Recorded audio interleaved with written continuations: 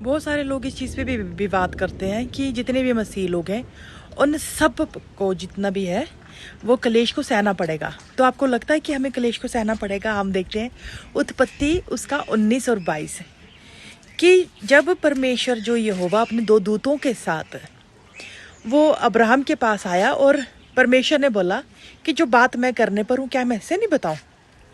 तो परमेश्वर ने उससे बात की और जब अब्राहम को पता लगा कि वो सदोम और अमोरा को दंड देने जा रहे हैं और उसका भतीजा वहाँ पर है, तो वो परमेश्वर से पूछता है कि प्रभु क्या वहाँ पर अगर आपको धर्मी मिलेंगे, चाहे 2 मिले, तभी भी आप वहाँ पर दंड दे दोगे?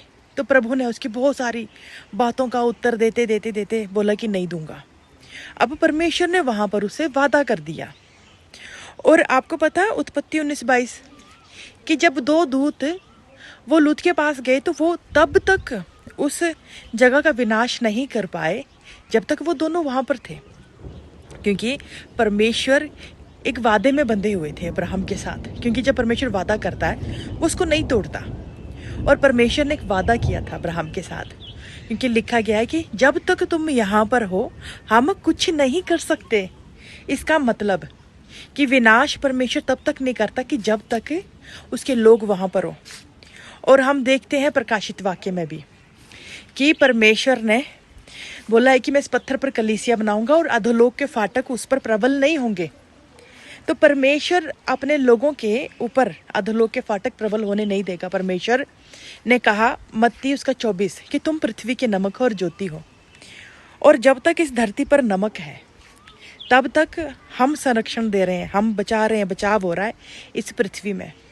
पर वो समय आएगा कि हम कलेशों को नहीं सहेंगे सच्ची में, और परमेश्वर जब इस पृथ्वी पर से नमक और ज्योति उठा लेगा उस समय इस पृथ्वी पर परमेश्वर वो दंड को लेकर आएगा। जब तक उसके लोग हैं तब तक वो दंड नहीं आएगा। वास्तव में आप इस चीज़ पे विश्वास करें, क्योंकि जब तक परमेश्वर के लोग यहाँ पर हैं तब तक परमेश्वर इस पृथ्वी पर दंड नहीं लेकर आएगा।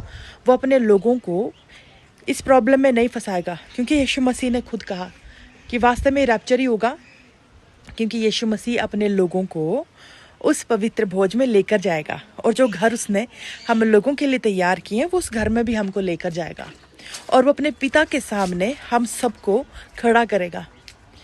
हमें प्रभु की बातों पर विश्वास होना चाहिए, हमें प्रभु की इन सब बातों पर विश्वास होना चाहिए।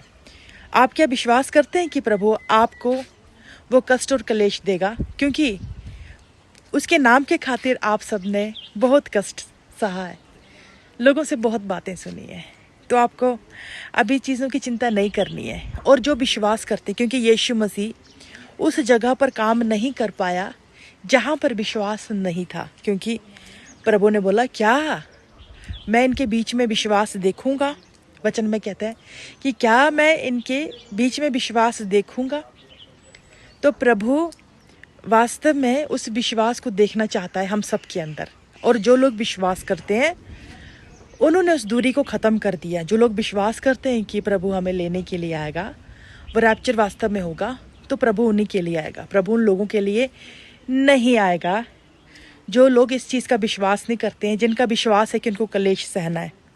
बिना विश्वास प्रभु कुछ नहीं कर सकता। और यदि आपको विश्वास है तो कॉन्ग्रेचुलेशन, क्योंकि प्रभु आपके लिए आने वाला है।